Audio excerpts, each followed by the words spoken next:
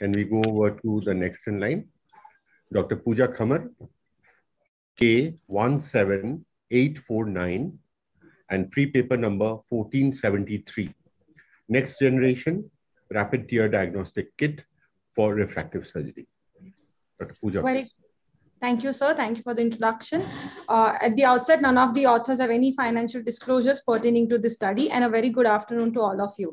COVID-19 has taught us that rapid diagnosis is the way forward, the power of immunology, and how essential it is for us to modulate it at the right time to prevent undesirable consequences. Similarly, in refractive surgery also, there are a lot of gray areas when it comes to post-LASIK discomfort, inflammation or refractory dry eye disease, pain without stain, post-LASIK ectasia, keratoconus and cross-linking outcomes, and haze or scarring post-PRK surgery. All these consequences happen in spite of preoperative normal evaluation. So what is the missing link? Why we need to pick it up at the right time so that we can prevent all these gray areas at the right time. There are various molecular markers which are present in our eye, which are responsible for wound healing, be it surgical outcomes, response to our medical or surgical therapy, or choice of medication we choose for all these patients. There are a lot of trials going across the globe which are trying to find out which markers are responsible for which disease and its potential therapeutics. But the question here is that we have these markers, but how do we pick it up at the right time and in a clinician-friendly way? Like any other kits like RT-PCR or pregnancy kits, can we also have a point-of-care diagnostic kit to diagnose these ocular changes? For any kit to have, we need to have specific markers and antibodies to pick up these right markers. There are a subset of markers which are common when the patient have increased discomfort, keratoconus or cross-linking outcomes, which will impact the post-PRK or cross-linking haze or scar, ectasia, dry eye, post-refractive surgery, and we can pick it up at the preoperative level itself, neuropathic pain, which is the pain without stain. And also this specific set of markers are sometimes responsible for retinal or conditions, ROP, and glaucoma-related conditions. So we took a common subset of markers from all these conditions, and we decided to incorporate them in our point-of-care diagnostic kit. Our point-of-care diagnostic kit is an ELISA fluorescent-based microfluidic device for an antigen-antibody reaction. The antibodies are present here in the wells of the cartridge. The antigens come from the tears of the patient and the monoclonal antibody. The added advantage is that this cartridge has the monoclonal antibodies present, which are stuck to this fluorescent reader, which will help increase the sensitivity and specificity of the markers we read. And what the other it is a multi-fluidic drainage kit, which will have multiple markers in one single device. This was patients walking in our outpatient department, 18 to 45 years of age, sex match controls. After ethics committee approval and patient consent, we decided them to recruit in our study. We collected the tears using Schirmer's strip for 5 minutes. After that, they were collected in an Eppendorf tube, to which a 300 microliters of extraction buffer solution was added. And then the tube was shaken for 5 minutes so that the tear proteins are extracted. Once we got these tear proteins, they were added in the cartridge well, and then it was put in our kit to detect the cytokine levels. At the end of the test, what it will give us is, it will give us the results, the values of each of these markers based on the dilution factors, and based on our normative data and the beta testing, we can have a reference interval of this normative data range, which will tell us whether these markers are on the higher side or on the lower side, or whether they are normal. How do we detect the outcomes? What we found was that patients with chronic contact lens use, dry eye, pain without stain, progressive keratoconus, non-responders to dry eye management had significantly higher levels of IL-6, MMP9, and IL-8. These were inflammatory markers. It was suggestive of inflammation, but it also told us that the steroids will not help these conditions and we need a customized treatment. Also, when we looked at a further cohort with other conditions like glaucoma and retina-related conditions, we found that the ocular surface conditions like dry eye disease, KC, contact lens intolerance again had higher levels of IL-6, IL-8, and MMP9, which will require a customized approach. How do we apply this to our clinic? Let's take a case example of applications in cataract. Post-operatively, we have a lot of patients who complain of chronic itching, discomfort, pain without stain, which is not explainable, extreme high inflammation, which will lead to poor wound healing. And this will give the patients a poor optical quality and poor quality of vision, and it might land up in regression as well.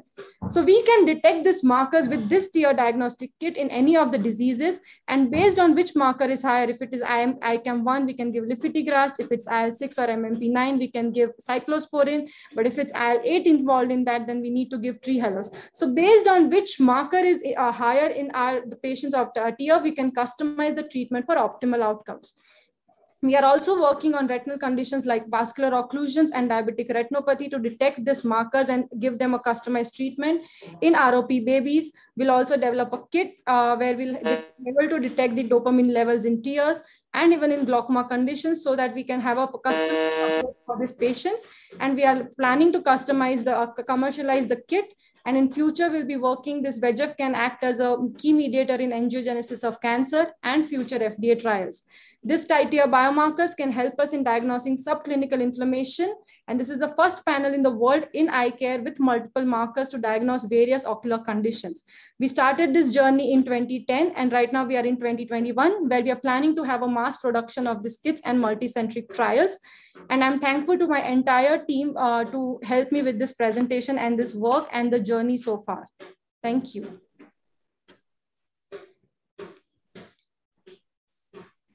Thank you very much. Can we have the judges' questions now, please? These are very interesting times. I think if this becomes successful and keep modifying it, that will change the way we are thinking about our diagnosis. Very interesting. Thank you, sir. Thank you.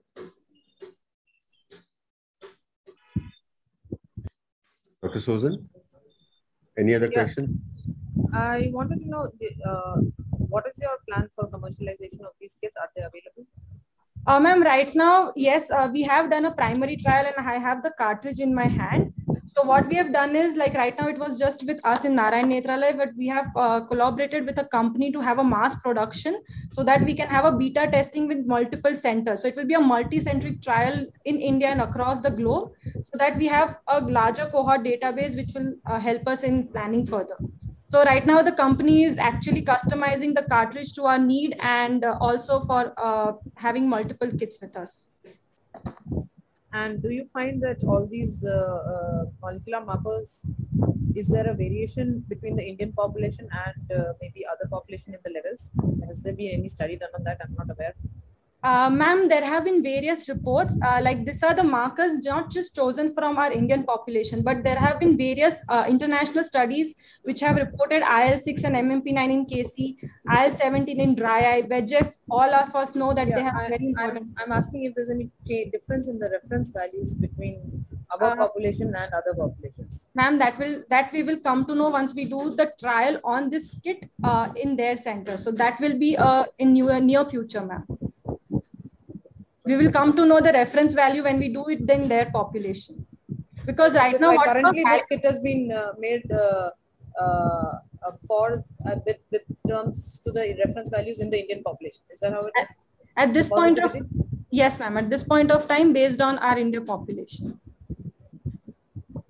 But in future, it will change based on other populations also. Any other questions?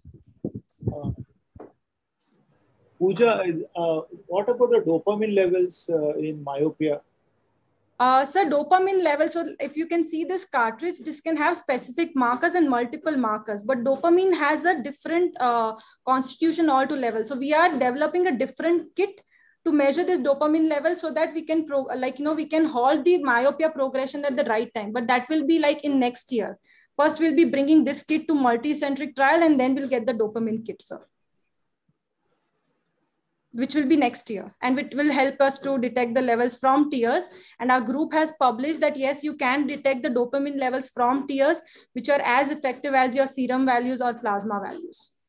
And similarly for retinal conditions.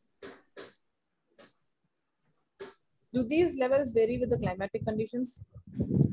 That will vary with climatic conditions, but whatever reference interval we have standardized it according to the climatic conditions across various geographical locations also. So that is why this reference interval will be a wide one, which will nullify the effect of that map. Okay. Any other questions? Okay. So if there are no other questions, shall we go on to, thank you very much, Dr. Pooja. Thank you, sir. Thank you, sir. And thank you all.